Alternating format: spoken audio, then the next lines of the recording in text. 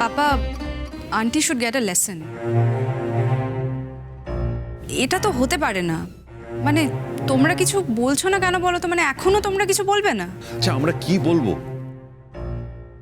ওরা পেপারে অ্যাডভার্টাইজমেন্ট দিয়েছিল, সেটা দেখে জুন অ্যাপ্লাই করেছে, ইন্টারভিউ দিতে গেছে, সেখানে শ্রীময়ী ডিরেক্টর। সেখানে টেকনিক্যালি আমাদের কি বলার আছে? আমি কি বলতে পারি? টেকনিক্যালি তোমার কি বলার থাকতে পারে অনিন্দ? হ্যাঁ, তুমি তো অক্ষম, তোমার তো কিচ্ছু বলার থাকতে পারে না।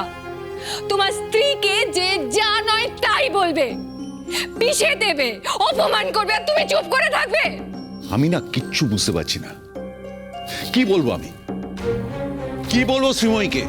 যে তুমি একটা কোম্পানির ডিরেক্টর, সেই কোম্পানির চাকরিটা তুমি ছেড়ে দাও, সেই বলার জায়গায় আমরা আছি?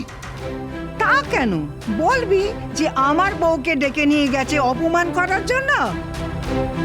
বলি এই কথাটুকু তুই বলতে পারবি না কো? আচ্ছা জুন আন্টি, তুমি তো ইন্টারভিউটা দিলে, তো তারপর তোমার চাকরিটা নিশ্চয়ই হলো না? তুমি আমায় কি মনে করো অঙ্কিতা? আমি ওই অপদার্থ, মূর্খ, ম্যানিপুলেটিভ, নেকা অপদার্থ শ্রীময়ীর কাছে ইন্টারভিউ দেবো? ভাই,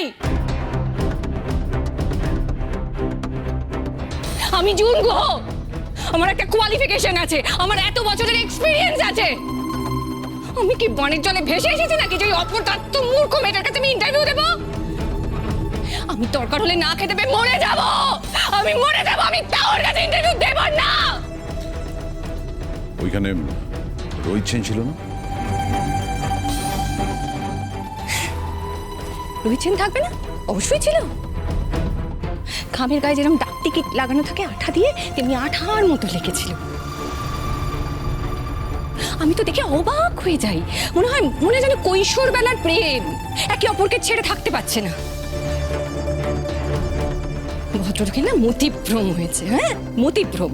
দেখবে সারা জীবন যা রোজগার করেছে, যা অর্জন করেছে না, সব যাবে ওই এক মহিলাকে পাওয়ার জন্য। আমি বলে দিচ্ছি। প্লিজ চুপ করো না। কেন আমি কেন চুপ করে থাকবো? কেন কেন কেন? এত প্রমাণ দিচ্ছি, তুমি বিশ্বাস করতে পারছো না? না, আমাকে কেন চুপ করতে বলছো? আমি ওর কথা শুনে কি করব জুন? তোমার ওখানে চাকরি করার দরকার নেই, তুমি ফিরে এসছো, ভালো করেছো। বলি ওই নচ্ছার মেয়ে মানুষটা এত বড় একটা কীর্তি করলো, তার জন্য তুই কিচ্ছু বলবি না কো?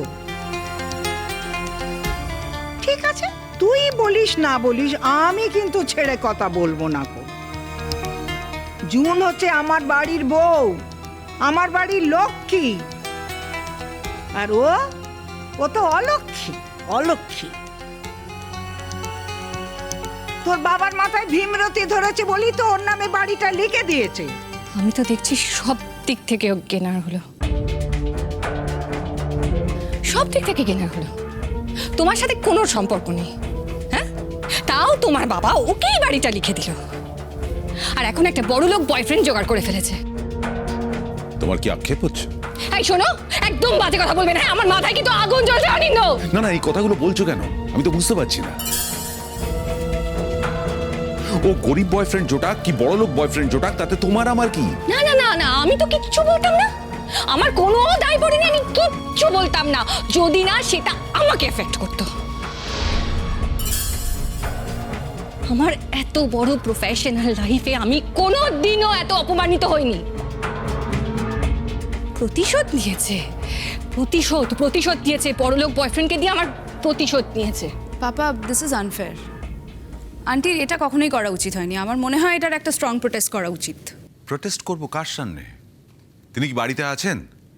তিনি বাড়ি ফিরুন, তারপরে না হয় প্রোটেস্ট করা যাবে।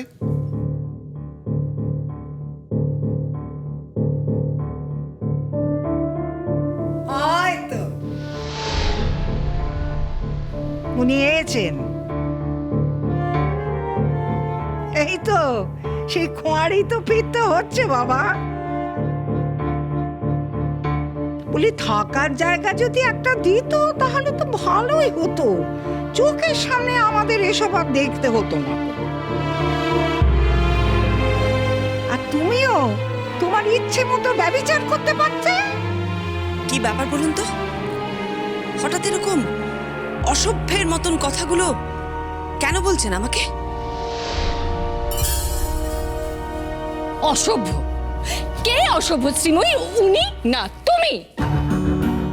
আচ্ছা, আমরা কি তোমার কাছে ভিক্ষে চেয়েছিলাম? জুন কি তোমার কাছে ভিক্ষে চেয়েছিল যে ও না খেতে পেয়ে মরে যাচ্ছে? ওকে দয়া করতে গেলে কেন? আমরা আমরা বলতে তুমি ঠিক কি বলছো আমি বুঝতে পারছি না। জুনকে নিয়ে যে কথাটা বললে সেটা নয় বুঝলাম, কিন্তু তুমি নিজেকে এর মধ্যে কেন জড়াচ্ছ বলো তো? আমি আর জুন কি আলাদা এখন? আমাকে অপমান করা মানে জুনকে অপমান করা, আর জুনকে অপমান করা মানে আমাকে অপমান করা, সেটা বুঝতে পারো না? ও হ্যাঁ হ্যাঁ হ্যাঁ, ভুল হয়ে গেছে, আমার ঠিক খেয়াল ছিল না। ঠিকই তো।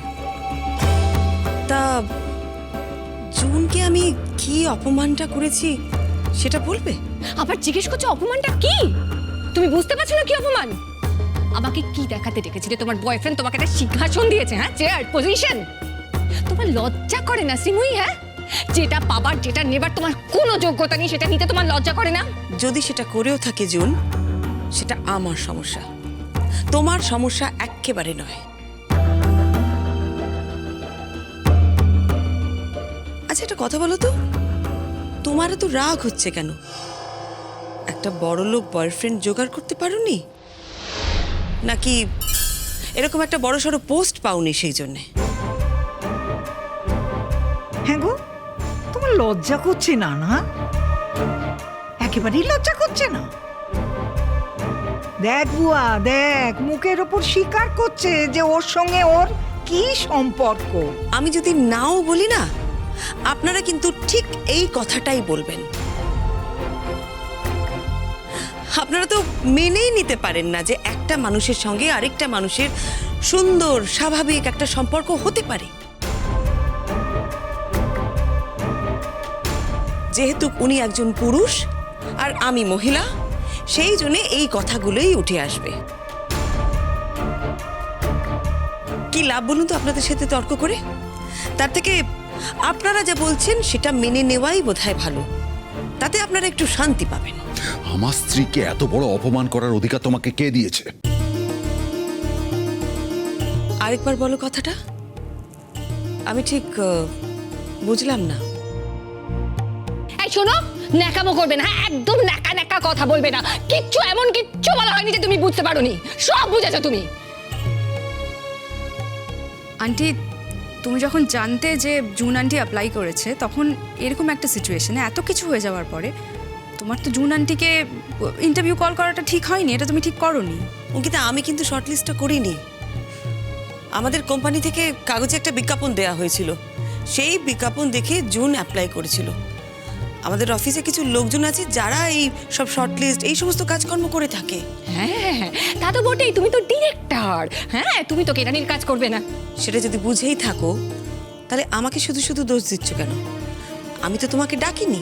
এই শোনো, আমি না তোমার মতো বাসন মেজে সারা জীবন কাটাইনি, ঠিক আছে? আমি বহু বছর অফিসে কাজ করেছি, তুমি আমাকে একদম শেখাতে আসবে না। না, আমি তো বেশি দিন অফিসে কাজ করিনি, তাই আমি হয়তো সবটা জানি না। আমি তোমার থেকে শিখবো। বলো, কি বলবে বলো। কি বলতে চাইছি তুমি খুব ভালো করে জানো। তুমি দেখোনি লিস্টটা? দেখোনি সেখানে জুন গোর নাম পরিষ্কার করে লেখা ছিল? তুমি দেখোনি শর্ট লিস্ট করার নাম? তুমি দেখোনি? হ্যাঁ দেখেছি। দেখেও ডাকলে কেন? দেখেও ওর নামটা দেখেও তুমি ডাকলে কেন? দেখার পরেও দেখেছি কারণ একজন যখন একটা কোম্পানিতে অ্যাপ্লাই করেছেন, ইন্টারভিউ দেওয়ার জন্য অফিসেও এসেছেন, তখন একবার তাকে ডেকে ইন্টারভিউ নেওয়া উচিত। আমরা যদি ওনার ইন্টারভিউ না নিয়ে ওনাকে ফিরে দিতাম, উনি তো প্রশ্ন করতেন যে উনি এসেছেন, তাও কেন ওনার ইন্টারভিউ আমরা নিলাম না? তখন আমি কি জবাব দিতাম?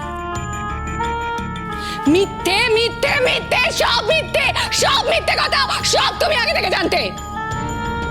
আমি তোমাকে কিছুতেই বিশ্বাস করাতে পারবো না জুন। তোমার কি মনে হয় জেনে বুঝে আমি এত বড় ভুলটা করতাম? দেখো, এটা একটা খুব সুন্দর সংস্থা, যারা সারা পৃথিবীতে কাজ করে। এই প্রথম তারা বাংলায় কাজ করতে চলেছে, একটা সুন্দর মন নিয়ে, একটা সুন্দর প্রচেষ্টা নিয়ে। আমি এই সংস্থায় এমন কাউকে নিযুক্ত করতাম না যার দ্বারা এই সংস্থার ক্ষতি হতে পারে। সব বুঝে গেছো না? সব বুঝে গেছো। কোন অফিস চাকরি করেছো তুমি? কি ধারণা আছে তোমার অফিস সম্পর্কে, কর্পোরেট ওয়ার্ল্ড সম্পর্কে? কি ধারণা আছে, কি এক্সপিরিয়েন্স আছে? জুন এত বছর যে চাকরি করেছে সম্মানের সঙ্গে চাকরি করেছে। ইতিহাস কিন্তু তা বলে না।